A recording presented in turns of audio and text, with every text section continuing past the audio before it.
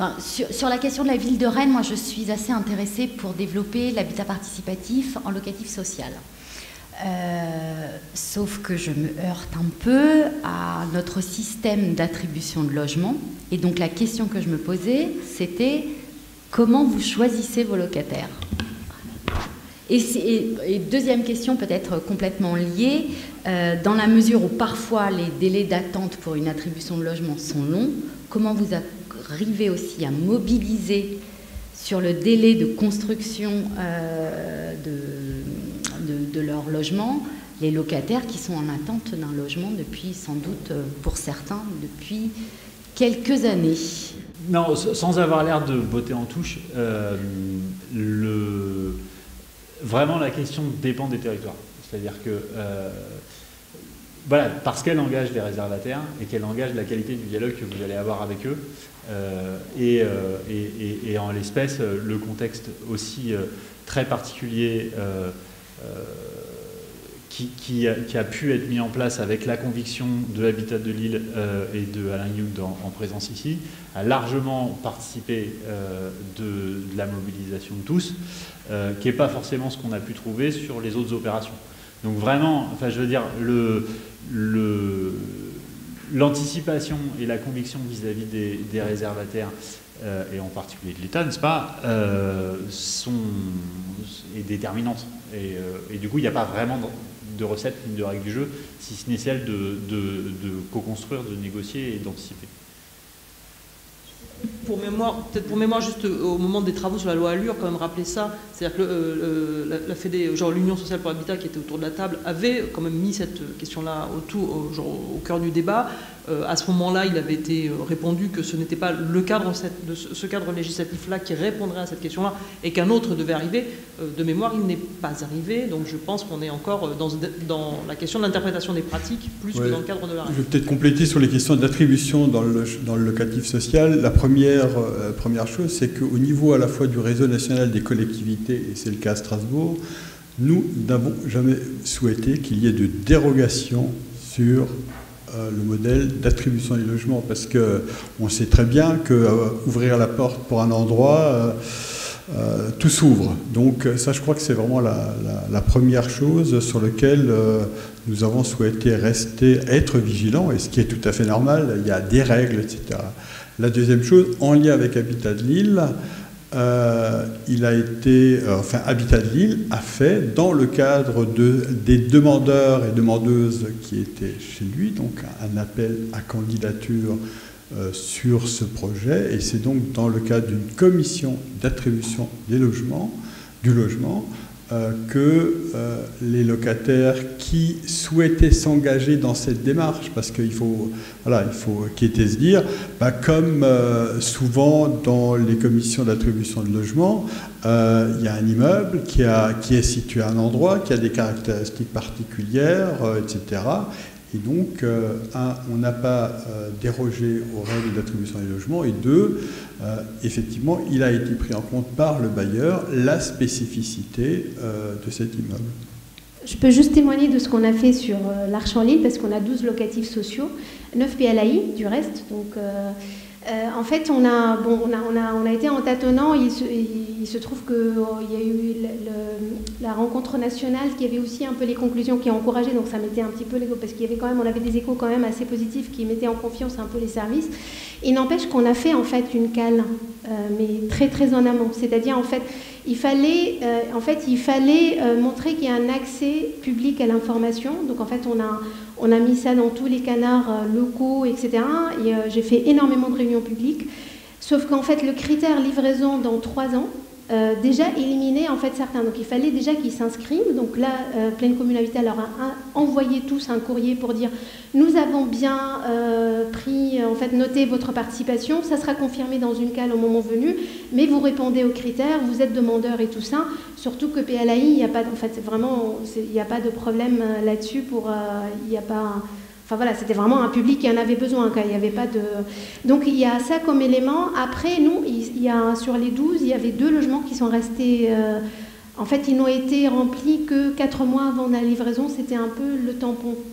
C'était aussi pour permettre aussi, si jamais Et après, dans la liste de ceux qu'on a eus, en fait, le président du bailleur a écrit au réservataire pour dire, en fait, nous vous donnerons en fait un logement, enfin conformément, peut-être dans cet immeuble ou celui à côté. On avait la chance d'être dans une ZAC où il y avait d'autres immeubles aussi. Mais il se trouve en fait que ceux qu'on a cooptés, il y avait de l'Action Logement, il y avait des profs, donc on allait sur le contingent préfecture. Et finalement, en fait, on n'a même pas eu en fait à leur donner des logements et à remplacer en fait certaines. C'est-à-dire en fait le profil, il rentrait déjà en fait dans les cases. Il y avait région, pleine commune, donc la métro, enfin l'équivalent de la. Donc ça c'était par hasard, mais sinon ils les ont prévenus. Donc en fait c'est vrai que ça demande un accompagnement, une adhésion forte en fait des services. Il se trouve que c'était Galabridier quand même, donc qui était la directrice des attributions. Enfin la vie c'est comme ça, c'est-à-dire aujourd'hui il va y en avoir d'autres, il va y en avoir dans Paris et tout ça. Donc on a ouvert franchement la voie en Ile-de-France parce que ça se faisait quand même ailleurs, mais pas en Ile-de-France où c'était. Mais par contre, on a vraiment, c'est-à-dire s'il y avait quelqu'un qui avait essayé de scruter ce qu'on a fait, on était quand même très, très clair là-dessus. Donc Précal et Cal qui a confirmé. Dans la Précal, on avait plusieurs candidats, mais dans la Cal, il y avait un seul candidat. C'était qu'une confirmation.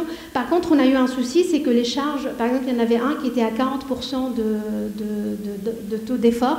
Il a fallu vraiment se battre, pour le coup, politiquement, pour que ça passe. Et on s'est engagés tous, humainement. Et moi, jusqu'à aujourd'hui, je lui fais du coaching pour savoir qu'il était bon, parce qu'il était censé être fragile.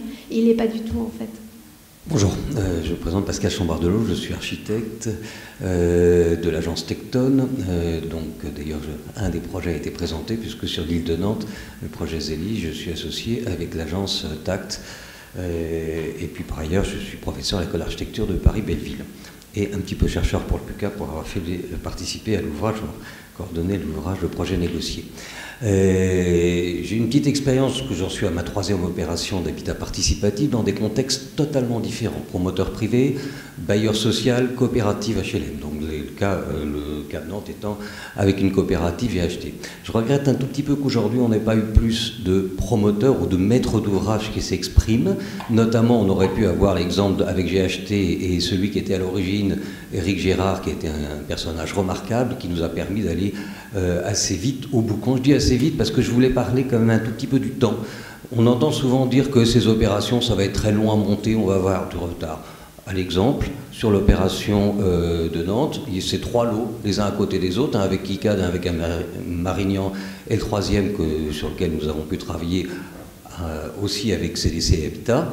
Le temps a été le même pour les 3. On arrive à peu près à des fins de chantier correspondantes. Donc il y a des tas de raisons. Alors on pourrait revenir aussi sur les aspects financiers.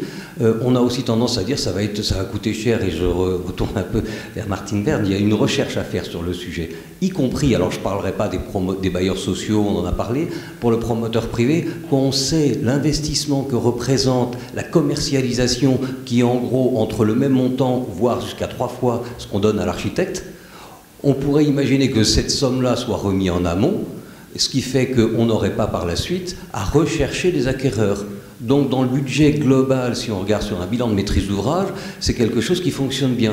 Et le délai, quand il y a du portage politique, là je reviens sur ce que disait M. Jeune tout à l'heure, il est évident qu'on ne peut monter ce genre d'opération et aller dans un délai raisonnable que lorsqu'il y a une volonté politique. Ça c'est très clair, on l'a vu à chaque fois. Bon voilà, c'était un petit peu une première chose. Une deuxième chose qui nous semblait importante en élargissant sur les recherches sur le logement, quand on travaille y compris avec des bailleurs sociaux ou avec des maîtres d'ouvrage privés, ils sont souvent un peu figés dans leur cahier des charges qui correspond à un benchmarking qui revient toujours un petit peu la même chose, et on a souvent un petit peu du mal à avoir des arguments pour aller un petit peu plus loin. À partir du moment où on a ces exemples de l'habitat participatif, où on a vraiment la demande des habitants, on peut argumenter. Ça me sert pour les autres opérations que je peux faire avec des promoteurs privés ou avec des maîtres d'ouvrage classiques en disant si, les coursives, ça marche très bien. D'ailleurs, dans nos opérations, il y a toujours une demande de coursive. Non pas la coursive telle qu'elle est vue sur un aspect négatif, mais comme un lieu partagé d'échange dans le parcours du domaine public au domaine privé. Un logement, il est évident qu'on ne va jamais faire de partie commune sans éclairage naturel. D'ailleurs, je regardais le projet, et je suis content qu'il y ait un architecte qui ait pu présenter quelque chose, avec l'éclairage naturel sur les parties communes, évidemment. D'ailleurs, dans la charte pleine commune, auquel j'ai eu la chance un petit peu de participer, ça fait partie des choses. Un logement est toujours traversant. Et la modularité des logements, par exemple, le fait d'avoir une pièce partagée d'un logement sur l'autre, je pense à une opération aussi sur Nantes, faite par Sophie Delay, c'est aussi des expériences qu'on a du mal à faire passer. Et là, c'est une demande. Et donc, on peut utiliser ce genre d'expériences et on pourrait les diffuser plus largement pour montrer comment, effectivement, les habitants ont exprimé un certain nombre de choses. Je ne parlerai pas des logements où on fait des chambres à 7 mètres carrés. Alors, les gens disent, c'est scandaleux, une chambre, ça doit faire 9 mètres carrés. Il n'y a aucune loi qui oblige de faire une chambre de 7 mètres carrés, de 9 mètres carrés. Ça n'existe pas dans les lois. On peut envisager de faire des petites chambres qui, ponctuellement, dans un moment de vie, et à Nantes, nous avons des chambres de 7 mètres carrés pour certains logements, permettant d'avoir une indépendance des enfants en répondant à capacité financière de remboursement pendant une période de la vie, et on adapte de manière à ce qu'à un moment donné, la cloison sauce, ça revienne une chambre de 14 mètres carrés. Quand on dit ça aux promoteurs, ils nous prennent pour des fous. Alors que dans la réalité, c'est une vraie demande. Et on commence à pouvoir le faire progressivement grâce à l'habitat participatif. Voilà, merci. Tout début de la matinée, avant même que nos travaux démarrent, me redisait, mais peut-être que tu pourrais nous le dire plus précisément, Alain, la manière dont, entre autres sur le territoire strasbourgeois, dont la question de la diffusion de cette question-là auprès des promoteurs aujourd'hui voilà, commence à être conséquente. Est-ce que tu veux nous en dire un mot ? On a réussi à monter un premier projet avec un promoteur immobilier sur un outil 2.0 qui permet d'associer les gens très en amont à l'opération immobilière et aussi à travailler avec ce même promoteur et l'ensemble des futurs habitants sur une charte de vie. Ça a fondamentalement changé un petit peu le regard des promoteurs de notre région sur l'habitat participatif. Et aujourd'hui, alors qu'au départ, on sentait quand même une certaine résistance quand on s'est lancé 10 ans, effectivement, il y a 10 ans dans la démarche, aujourd'hui, on constate effectivement qu'il y a un espèce de revirement et une vraie reconnaissance du travail qui a été effectué et surtout aussi un constat que, quelque part, l'habitat participatif a fait évoluer la manière de construire sur notre territoire. Moi, je vous remercie pour cette journée parce qu'on disait que c'était une diversité, l'habitat participatif, et on le voit bien. Enfin, en tout cas, il y a des choses que j'ai trouvées très, très ambivalentes aujourd'hui dans nos discours. Des choses qui disaient qu'il ne faut pas que les habitants soient experts, en tout cas certains ne le veulent pas.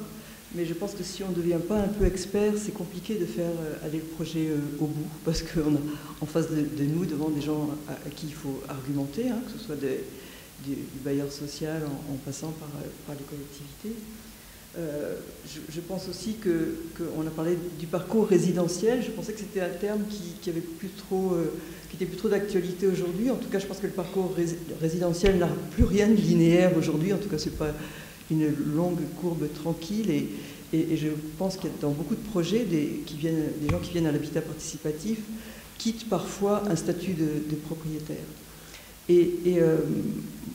Enfin, s'il y avait un objet de recherche, là aussi pour le PUCA, je me dis que sur la notion de propriété, je ne sais pas comment on peut avancer, comment on peut aller plus vite là-dessus, mais nous, on se rend compte dans nos initiatives que les jeunes ménages sont accrochés à cette notion de propriété parce qu'elle est sécurisante aussi au niveau économique et qui ne voient pas très clair dans leur avenir un petit peu lointain, et que du coup ils se rabattent sur ce patrimoine-là. Et la propriété collective qu'est la coopérative ne répond pas tellement finalement aux jeunes. Et on n'est pas très aidé non plus par cette loi Allure qui n'est pas allée au bout de ce décret d'application pour les coopératives d'habitants, et tout l'outillage juridique et réglementaire qui nous permettrait de ne pas être des confettis de belles couleurs aujourd'hui pourrait nous faire compter par milliers plutôt que 14 coopératives aujourd'hui sur le territoire français, ce qui est un peu petit. Ce qui explique aussi la durée très longue de nos projets, ce qui explique aussi l'essoufflement.